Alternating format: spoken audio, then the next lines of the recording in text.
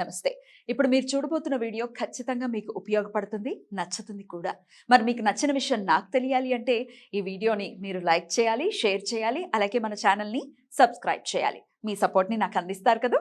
Okay, ఇప్పుడు వీడియోని start చేద్దాం. నమస్తే, వెల్కమ్ టు అవర్ ఛానల్. నేను పద్మిని. ప్రస్తుతంతో పాటు ప్రముఖ ఆధ్యాత్మికవేత్త, నారీసేన ఫౌండర్, దత్త ఉపాసకురాలు శ్రీమతి లతా దత్త గారు మనతో పాటు ఉన్నారు. మాట్లాడదాం. నమస్తే అక్క. జై గురుదత్త. శ్రీ గురుదత్త అక్క. అక్క, ముంబై మహానగరంలో ముంబై మహానగరం నిజంగా చాలా చాలా పవర్ఫుల్ ప్లేసెస్ అని ఖచ్చితంగా చెప్పుకోవచ్చు. ఎందుకంటే అటు విఘ్నేశ్వరుడు కొలువు తీరి ఉన్నాడు, కొల్హాపూర్ అమ్మవారు లక్ష్మీదేవి కొలువు తీరి ఉంది. అందుకే అక్కడ అసలు డబ్బుకి ఎటువంటి లోటు ఉండదేమో అని అనిపిస్తుంది. ఎప్పుడు లోటే కనబడదు. అవును, కుబేర స్థలం అని కూడా అంటూ ఉంటారు ముంబైని. ఎంతటి వాడైనా చక్కగా అక్కడ బ్రతికేస్తుంటారు, చక్కగా సంపాదించుకుంటూ ఉంటారు. నాకైతే మనసుకి చాలా ఇష్టం ముంబై ప్రదేశం అంటే. అక్కడ ఉన్నాను కొన్నేళ్ళు. అదృష్టం నీకు కలిగింది, కుబేర స్థానంలో ఉండొచ్చు. కొన్నేళ్ళు ఉన్నాను. చాలా చాలా సంతోషం. సో అయితే ఇవాళ నేను మిమ్మల్ని అడగదలుచుకున్నది, నరసింహవాడి గురించి చెప్పండి అంటూ ప్రేక్షకులు కూడా అడుగుతూ ఉన్నారు.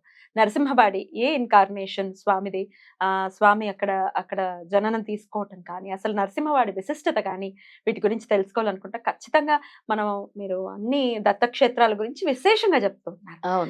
అప్పుడు మరి ఖచ్చితంగా నరసింహవాడి గురించి కూడా మాట్లాడుకోవాలి కాబట్టి చెప్పండి అక్క.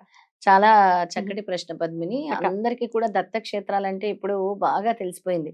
గాన్గాపూర్ గురించి తెలిసిన తర్వాత అందరూ కూడా కురపురం గురించి తెలుసుకుంటున్నారు, అలాగే పిఠాపురం గురించి తెలుసుకుంటున్నారు. అలాగే ఇంకా ఏమైనా దత్తక్షేత్రాలు ఉన్నాయా అని అడుగుతూ ఉన్నారు.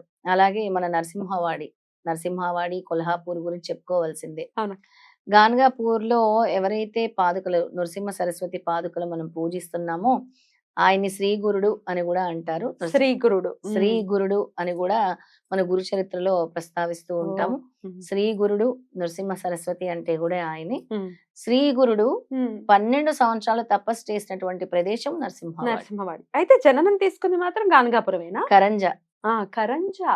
కరంజాలో జననం. పాదుకలు వదిలింది గాన్గాపురంలో. ఆయన అక్కడ తపస్సు చేసింది నరసింహవాడిలో తపస్సు చేశారు. అక్కడ పంచగంగలు ఉండే స్థలం. పంచగంగలు కూడా ఏంటి అని అంటే శివ, భద్ర, భాగవతి, కుంభి, సరస్వతి నదులు పంచగంగలు అంటారు. ఆ పంచగంగలు ఉండేటటువంటి ప్రదేశము నరసింహవాడి. ఆ నరసింహవాడిలో స్వామి ఎంతో మనోహర పాదుకల్ని అక్కడ ప్రతిష్టాపన చేశారు. స్వామి పాదుకల్ని, మనోహర పాదుకల్ని. ఇక స్వామికి అంటే ఎన్నో సంవత్సరాలు అక్కడ ఉండి తపస్సు చేశారు. ఇప్పుడు మనకి కురవపురంలో శ్రీవల్లభ స్వామి ఎలా అయితే ధ్యానం చేశారో అక్కడ స్వామి నరసింహవాడిలో ఉండి చేశారు. కాబట్టి ఆ ప్రదేశానికి అంత విశిష్టత ఉంది. ఇంకా చెప్పాలి అని అంటే పంచగంగలు కలిసిన ప్రదేశం కాబట్టి చాలా చక్కటి ప్రదేశము, చాలా పవర్ఫుల్ ప్రదేశం అని చెప్పొచ్చు. ఇక స్వామి మనోహర పాదుకలు, ఇక దివ్య జాగృతి అయిన స్థలము అంటారు. అంటే స్వామి చెప్తూ ఉంటారు శక్తి కేంద్రాలు, జాగృతి వస్తూ ఉంటుంది. పిఠాపురం నుంచి జాగృతి, గాన్గాపురం నుంచి జాగృతి, అలా నరసింహవాడి ఒక దివ్య జాగృతి. అంటే స్వామివారి దివ్య జాగృతి అంటే మనలో ఒక వైబ్రేషన్స్ తీసుకొచ్చే జాగృతి. అంటే ప్రతి ఒక్కరిలో ఒక స్పందనలు క్రియేట్ చేసే, ఆధ్యాత్మిక స్పందనలు, గురు స్పందనలు అంటారు కదా, అవన్నీ కూడా క్రియేట్ చేసింది. స్పిరిచువాలిటీని జాగృతం చేస్తుంది. దివ్య జాగృతి అంటే స్పిరిచువాలిటీని అవేకన్ చేసే, అవేకనింగ్ ఆఫ్ స్పిరిచువాలిటీ, దివ్య జాగృతి చేసేది ప్రదేశము నరసింహవాడి అని చెప్పొచ్చు. బ్యూటిఫుల్. ఇంకా ఎంతో మంది మునులు, యోగులు కూడా ఇక్కడ సిద్ధి పొందినటువంటి క్షేత్రము నరసింహవాడి. అలాగే దాన్ని సిద్ధి క్షేత్రం అని కూడా అంటాము. ఇది కొల్హాపూర్ నుంచి మన మహారాష్ట్ర దగ్గరలోనే, కొల్హాపూర్ కి దగ్గరలోనే ఉంటుంది అనమాట నరసింహవాడి. ముంబైకి ఎంత దూరం? ముంబై నుంచి ఉండొచ్చు కిలోమీటర్లు. ఇక్కడ మనకి చెప్తున్నది మాత్రము ఇది కొల్హాపూర్ రైలు మార్గంలో జయసింగపూర్ స్టేషన్ లో కృష్ణ పంచనది సంగమముకి చేరొచ్చంట. అంటే మనము ఆల్మోస్ట్ మహారాష్ట్రలో కొల్హాపూర్ కి వెళ్లే మార్గంలోనే ఇది వస్తుంది అని సూచిస్తుంది. ముంబై నుంచి ఉండొచ్చేమో హార్డ్లీ సమ్ 200, 150, 200 అలా ఉండొచ్చు. అంతే ఈజీగానే వెళ్ళిపోవచ్చు. ముంబైలో ఎంతో మంది తెలుగు వాళ్ళు ఉన్నారు కాబట్టి, ఎంతో మంది తెలుగు వాళ్ళు ఉన్నారు. మనం కూడా ఇది వెయ్యాలని కోరుకుంటున్నాం. యాత్రని వేస్తే చాలా బాగుంటుంది. తప్పకుండా మీరు రావాలి. ఆ యాత్ర మీకు కావాలి అనుకుంటే కమెంట్ సెక్షన్ లో వెయ్యండి యాత్ర అని చెప్పి మీ సపోర్ట్ మాకు తెలియచేయండి, మీ అభిప్రాయం మాకు తెలియచేయండి. దాన్ని బట్టి ప్లాన్ చేద్దాం. దీంతో పాటు కొల్హాపూర్ గురించి మాట్లాడుకోవాల్సిందే పద్మిని. ఎందుకంటే అనగా స్వామి ఎక్కడుంటే అనగా లక్ష్మి అక్కడ ఉంటుంది.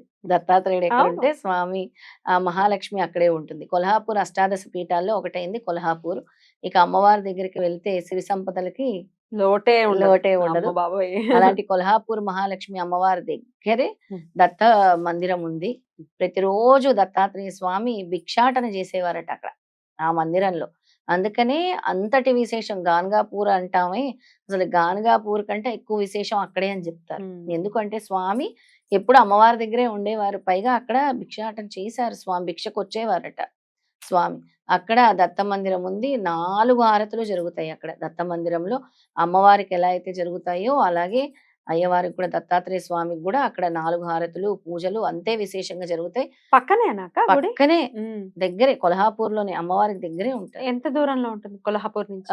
కొల్హాపూర్ లో చాలా దగ్గర. ఇక్కడ మంచి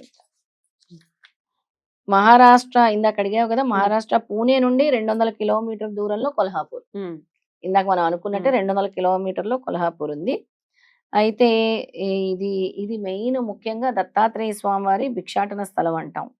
2 పక్కపక్కనే ఉంటాయి. పక్కపక్కనే. ఇంకొక విశేషం ఏంటంటే ఇక్కడ అసమయాన భూత ప్రేత పిశాచ రోగ పీడితులందరూ కూడా గాన్గాపూర్కి ఎలా వెళ్తారో అలాగే ఈ క్షేత్రానికి వెళ్తారు. ఎందుకంటే స్వయంగా దత్తాత్రేయ స్వామి అక్కడే ఉంటారట అమ్మవారికి రక్షణగా.